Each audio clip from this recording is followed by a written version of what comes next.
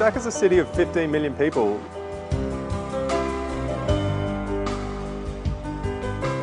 And it's an incredibly densely populated city. One of the major issues here is the transport, the traffic jam that just never goes away.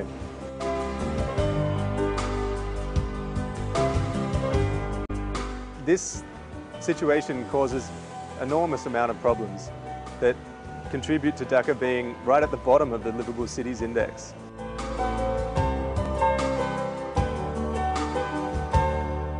Traffic জ্যামে লোকজন আটকে আছে, সময় নষ্ট হচ্ছে, জ্বালানি নষ্ট হচ্ছে, পরিবেশ নষ্ট হচ্ছে।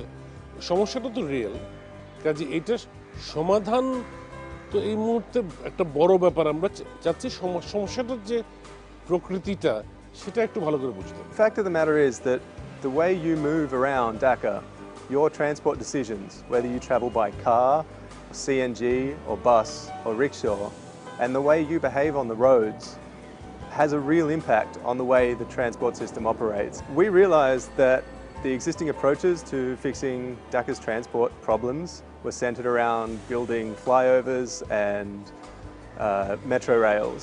কাঠামোগত পরিবর্তন যে অবশ্য দরকার সেটা নিয়ে বোধহয় কোনো বিরোধ নেই, কিন্তু কাঠামোগত পরিবর্তনের সাথে সাথে যদি আমাদের এই মানসিকতার পরিবর্তন না ঘটে তাহলে আবার দেখা যাবে 5 বছর পরে আবার 6 বছর পরে আবার জ্যাম তৈরি হবে। যারা এই মুহূর্তে গণপরিবহনে চড়েন না তাদের একটা অংশকে যদি গণপরিবহনে ফিরিয়ে আনা যায় তাহলে সম্ভবত সমস্যাটা একটু কমে।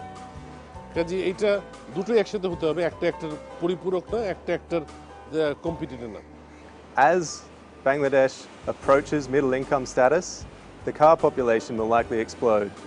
And unless there's a fundamental change in the way that we approach moving around Dhaka, the jam is never going to go anywhere. We're simply going to get more cars. আমরা প্রথমে এমন সব ছেলে মেয়েকে খুঁজলাম যারা এখন গাড়িতে চলাচল করে, বাসে যায় না। We recruited 10 transport pioneers to go out integrated Dhaka, take a trip on a public transport system, on a bus or a train, and tell us their experience to help us really understand what was going on in their minds. কেউ কেউ আগে বাসে যেত, এখন আর যায় না। তো তাদেরকে বাসে ফিরিয়ে আনার জন্য আমাকে প্রথমে যেটা দেখতে হচ্ছে সেটা হচ্ছে যে তারা কেন যায় না, বাসে কেন ওঠেন না, সেটা করার জন্য, সেটাকে চেক করার জন্য, সেটাকে বোঝার জন্য ভালো রাস্তা হচ্ছে তাদেরকে আরেকবার বাসে পাঠানো।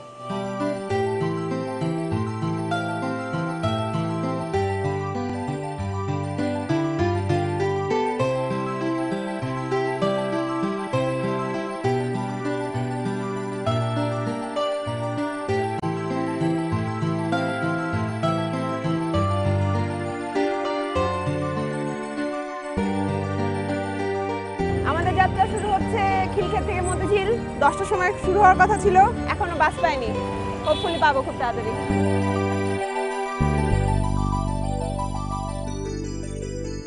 আমরা যে ট্রেন ধরবো আদৌ এই ট্রেন আসবে নাকি না বলতে পারছি না। এনে 1.5 ঘন্টা হয়ে গেছে, আমরা অপেক্ষা করছি, এখনো বলতে পারি না ট্রেন কই।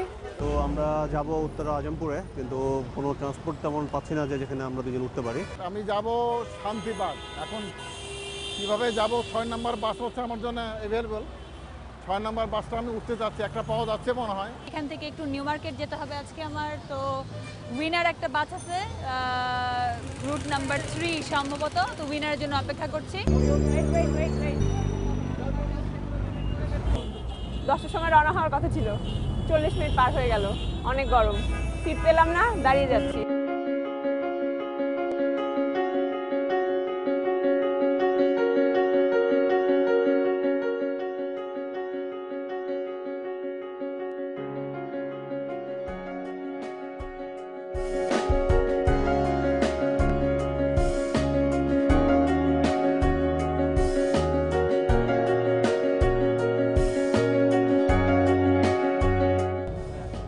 বাজে 11:40, আমরা 10:30 সময় রওনা হয়েছি। 1 ঘন্টা 10 মিনিটে আমরা ফার্মগেটে আসলাম খিলক্ষেত থেকে।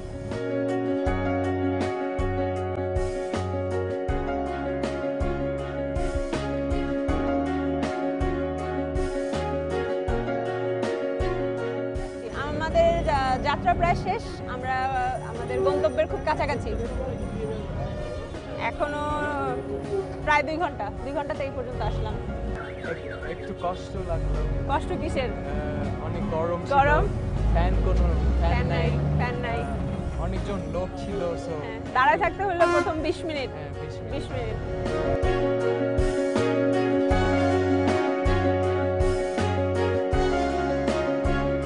আমাদের যাত্রা এখানে শেষ হলো। আমরা এসে এখন দাঁড়িয়ে আছি মতিঝিল বকচত্বর, এখানে বকচত্বরটা ওইখানে।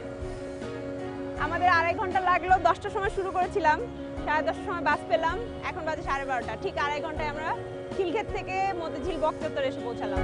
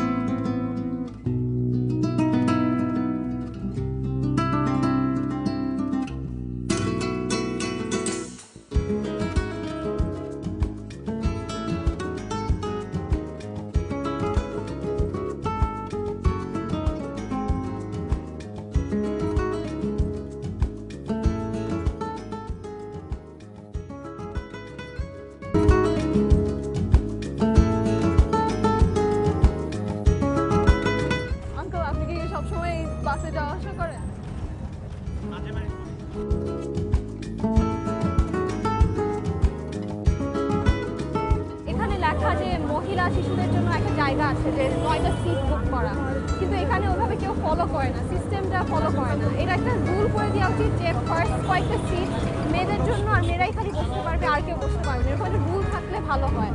অ্যান্ড অ্যানাদার থিং হচ্ছে যে বাসপুরা রাতেরবেলা এখানে দেখলাম একটা মাত্র লাইট, তো রাতেরবেলা মেয়েদের এখানে বাসে ট্রাভেল করার জন্য অনেক ডিফিকাল্ট হবে। পুরা অন্ধকার থাকে আই গেস, কারণ এখানে মাত্র একটা লাইট।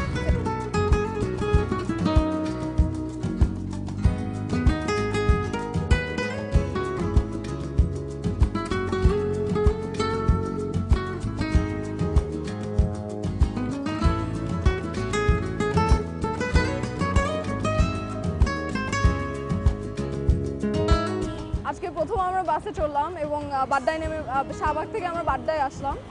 আমাদের প্রায় 1 ঘন্টার মতো লেগে গিয়েছে। বাস আসার আগে আমরা অনেকক্ষণ ধরে অপেক্ষা করছি, রোদের মধ্যে কোনো ছায়া ছিল না এবং অনেক প্যাসেঞ্জারের মধ্যে আমরা গরমের মধ্যে অপেক্ষা করেছি।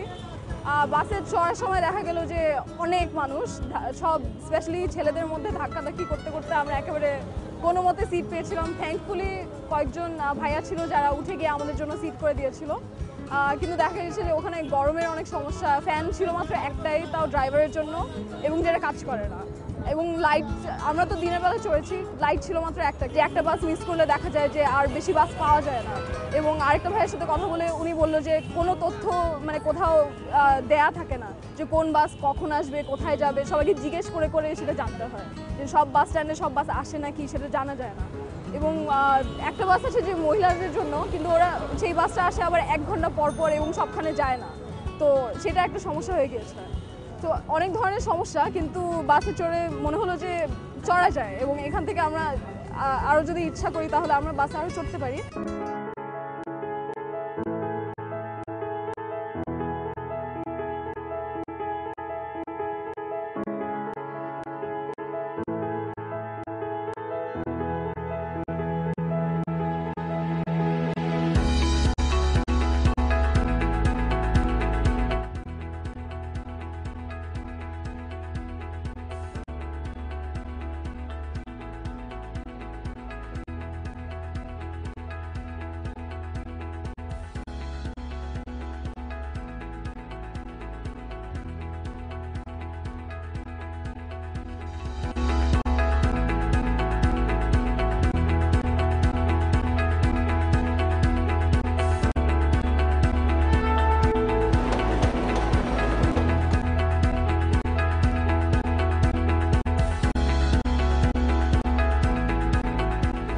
অনেক এক্সাইটেড, ফার্স্ট টাইম ট্রেনে ট্রাভেল করছি, কিন্তু এখানে অবস্থা একটু খারাপ।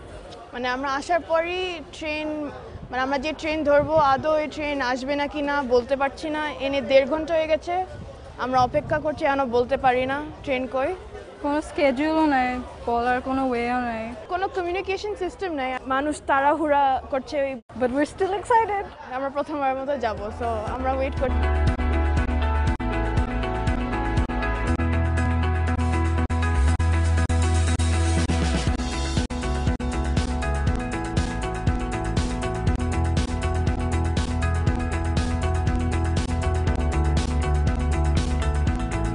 আমরা টিকিট কাটলাম, যাব ফাইনালি। এতক্ষণ ওয়েট করার পর এখানে কোনো কিছু লেখা নাই টিকিটের দাম কত, বা কোনো এরকম বক্সে কিছু লেখা নাই, কোনো ইনফরমেশন নাই।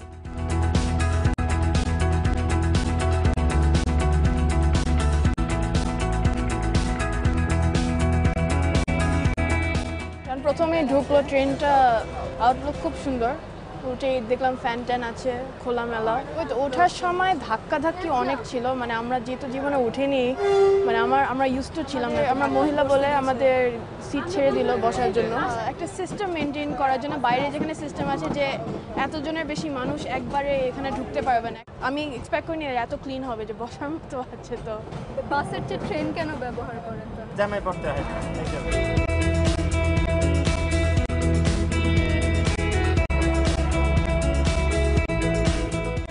আমরা মাত্র নেমেছি ট্রেন থেকে। এমনিতে জার্নিটা ছিল 20 মিনিটে, কিন্তু আমাদের ওয়েট করতে হচ্ছে লাইক 2.5 ঘন্টার মতো। মানুষ অনেকজন ছিল ভিতরে, কনজেস্টেড ছিল প্রথম যখন আমাদের দাঁড়িয়ে থাকতে হয়েছিল। সিকিউরিটিটা খুব ভালো ছিল, জার্নিটা খুব ভালো ছিল। আমি এরকম এক্সপেক্ট করিনি যে ঢাকায় ইন্টারসিটি এরকম একটা ট্রেন যায়, এত কম সময়ে আমরা এক কোণা থেকে আরেক কোণা যেতে পারছি। আমাদের প্ল্যাটফর্মে 2 ঘন্টার মতো থাকতে হয়েছিল। ওটা যদি কমে যায়, একটা প্রপার মনিটর বা বুলেটিন বোর্ড থাকে, আমি বলবো পরপর যদি কয়টা ট্রেন থাকে। আমরা সাকসেসফুল ছিলাম, অ্যাকচুয়ালি নট দ্যাট ব্যাড।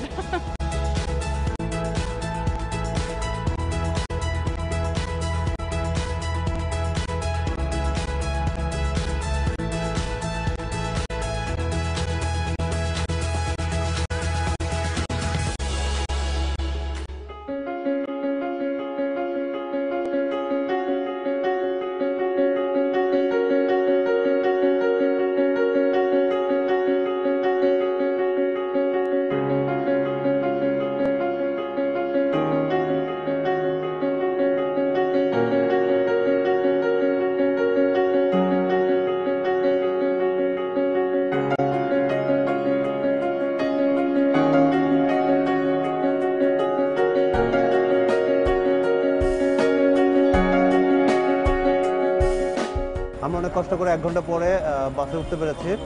তো বাসে ওঠার পরে আমরা মহিলাদের জন্য এখানে কিছু সংরক্ষিত সিট ছিল, তো ওখানে আমার আপাকে বসিয়ে দিয়েছি এবং অন্যান্য আরও মহিলারা বসে আছেন।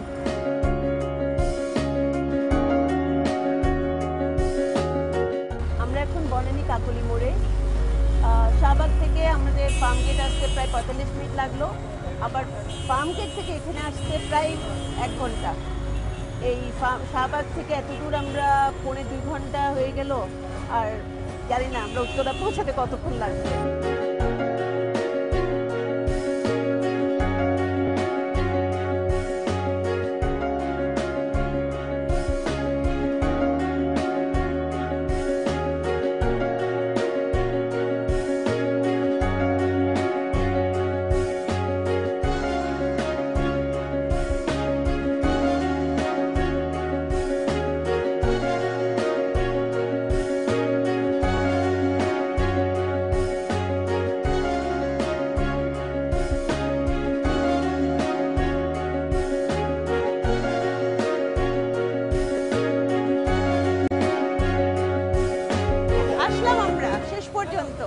এটা প্রায় আমাদের 1.25 ঘন্টার জার্নি হলো এবং খুব বড় এক্সপিরিয়েন্স। দেখলাম অনেক কষ্ট, যাত্রী সেবার মান খুব খারাপ, যাত্রীদের জন্য বাস স্ট্যান্ড নাই, যাত্রীদেরকে ঠিক মতো বাসের আরামদায়ক না।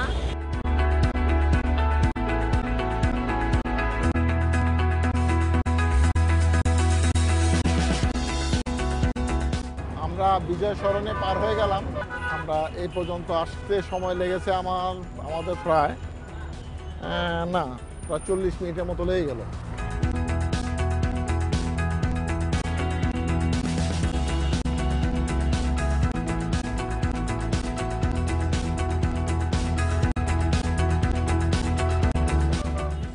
শেষমেশ ফার্মগেট পর্যন্ত আসা গেল। এখন দেখি আমার নতুন গন্তব্য আরেকটা বাস আমাকে খোঁজা লাগবে এখন।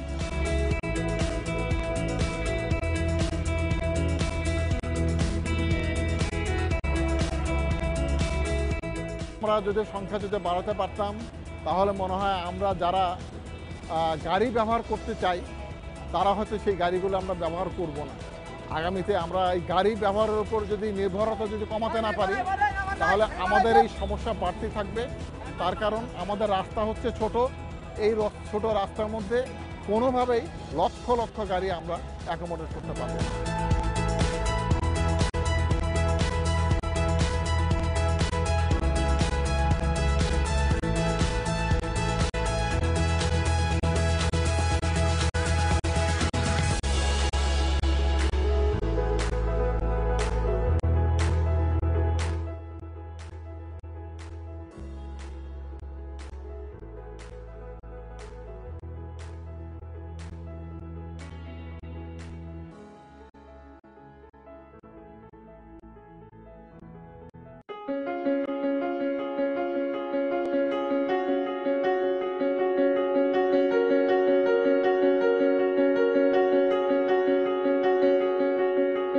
বাড্ডায় আছি, মধ্য বাড্ডা, শাহজাদপুর, সুভাষতু, নজর ভ্যালি শপিং সেন্টারের সামনে। এখান থেকে একটু নিউ মার্কেট যেতে হবে আজকে আমার। তো উইনার একটা বাস আছে রুট নাম্বার 3 সম্ভবত। তো উইনারের জন্য অপেক্ষা করছি।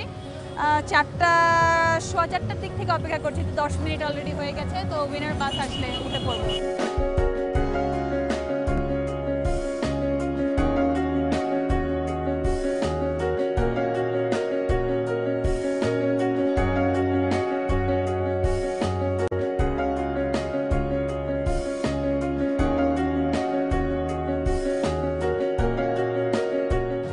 জানতে পারলাম যে এখান থেকে এই বাড্ডা, মধ্য বাড্ডা থেকে নিউ মার্কেট যাওয়ার জন্য আরেকটি বাস আছে উইনার ছাড়া, সেটা হচ্ছে ফাল্গুনে টিকিট কেটে যাওয়া যাচ্ছে।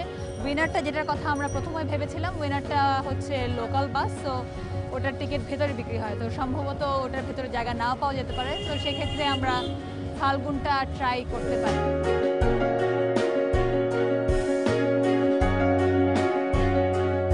আমরা বেশ মারামারি করে একটু কষ্ট করে বাসে উঠলাম। অপেক্ষা করতে হয়েছে প্রায় 20 মিনিট, যদিও বাসটা 10-15 মিনিট পর আসার কথা।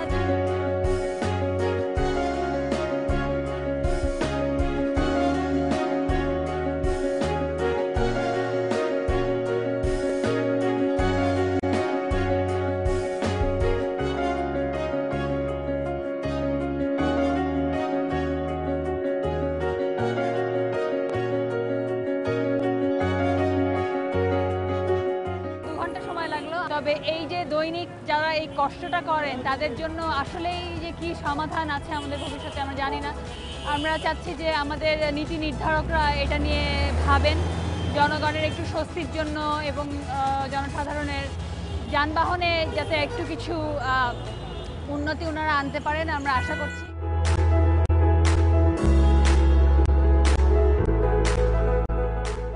এদের সমস্যা নিরূপণ করার জন্য এদেরকে কোনো স্টাডি করতে হয়নি, they have to take a trip. তারা গণপরিবহনে একটা জায়গা থেকে জায়গায় যেতে হয়েছে, যে তারা নিজে যা দেখেছে সেটাই সমস্যা, খুবই প্র্যাকটিক্যাল সমস্যা। যেমন একটা সমস্যা বারবার আসছে যে আমাদের বাস রুটসগুলি সবাই জানে না। আমি যদি আজকে বনানী থেকে চিন্তা করি রামপুরা যাব, আমি কয়টা বাস যেতে হবে, কোথায় কয়েক নম্বর বাস আমি জানি না, সেটা যদি জানা যেত তাহলে অনেকে হয়তো ইন্টারেস্টেড হতো। ছোট ছোট সমস্যা, বাসে বাতি নাই, সন্ধ্যার পরে ট্রাভেল করা যায় না, টিকিট কাউন্টার, টিকিট নিয়ে সমস্যা, একটা স্ট্রাকচারাল প্রবলেম বারবার উঠে আসছে, এটা সমাধান কি দেখতে হবে আমাদের। মধ্যবিত্ত, উচ্চ মধ্যবিত্তর জন্য যা দরকার তা নাই।